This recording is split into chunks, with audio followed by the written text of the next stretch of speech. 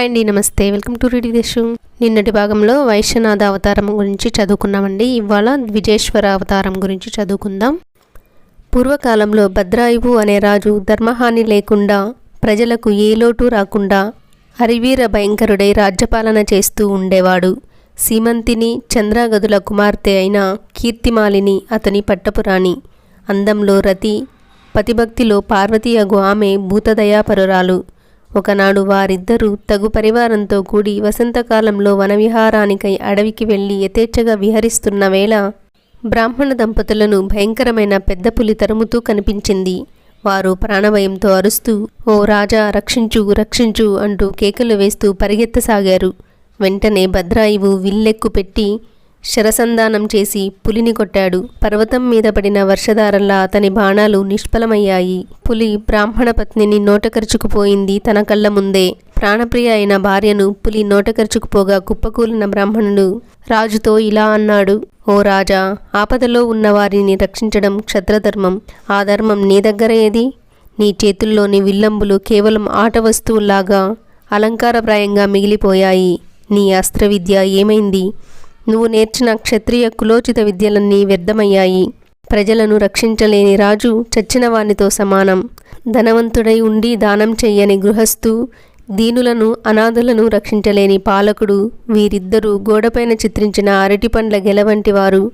క్రియాశూన్యులైన వారితో లోకానికి ఉపకారమేముంది? ఈ పైన నీకు జీవించి ఉండడం కంటే అగ్నిప్రవేశం చేస్తే మంచిదేమో ఆలోచించు."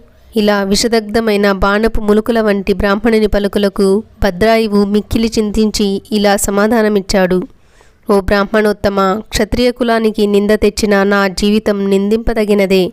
నీ వాక్కులు యథార్థములే. ఈ పైన రాజ్యంతో గాని భార్యతో గాని మరే తదితర క్షత్రియోచిత వస్తు అలంకారాలతో నాకు పని లేదు. నీకేం కావాలో కోరుకో, అదెంతటి ప్రియమైనదైనా నీ హస్తగతం చేస్తాను." దానికి బ్రాహ్మణుడు నవ్వి, "ఓ రాజా, ప్రస్తుతం నేను భార్యావిహీనుణ్ణి కనుక నీ పట్టమహేషిని నాకు దానం చెయ్యి" అని కోరగానే రాజు సంభ్రమాశ్చర్యచకితుడై, మాట తప్పడం మహాపాపము, నరకహేతువు కనుక పట్టమహేషిని మంత్రపూర్వకంగా బ్రాహ్మణునికి దానమిచ్చి తాను అగ్నిప్రవేశం చేయడానికి నిశ్చయించుకున్నాడు.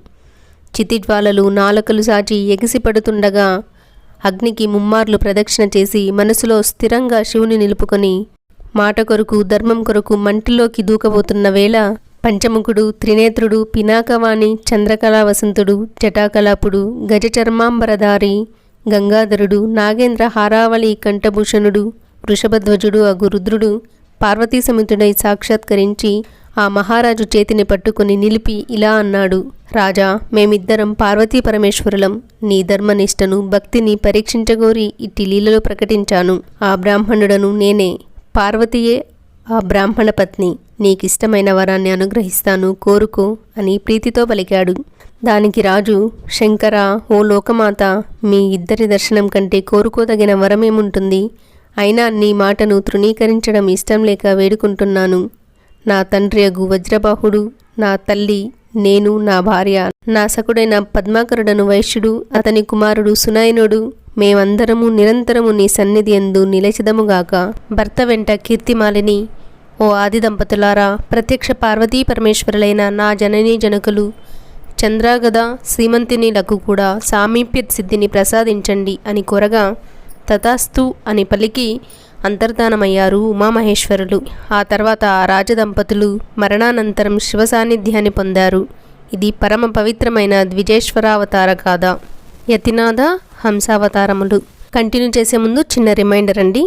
వీడియో గురించి కామెంట్ చేసి లైక్ చేసి, మీ ఇంట్లో కానీ ఇంటి దగ్గర కానీ పెద్దవాళ్ళు ఉన్నట్లయితే, మొబైల్ వాడకం తెలియని వాళ్ళైతే వాళ్ళకి వీడియో షేర్ చేసి సబ్స్క్రైబ్ చేయండి. సబ్స్క్రైబ్ చేసి ఆల్ నోటిఫికేషన్స్ ఆన్ చేస్తే నేను వీడియో పెట్టగానే వస్తుంది.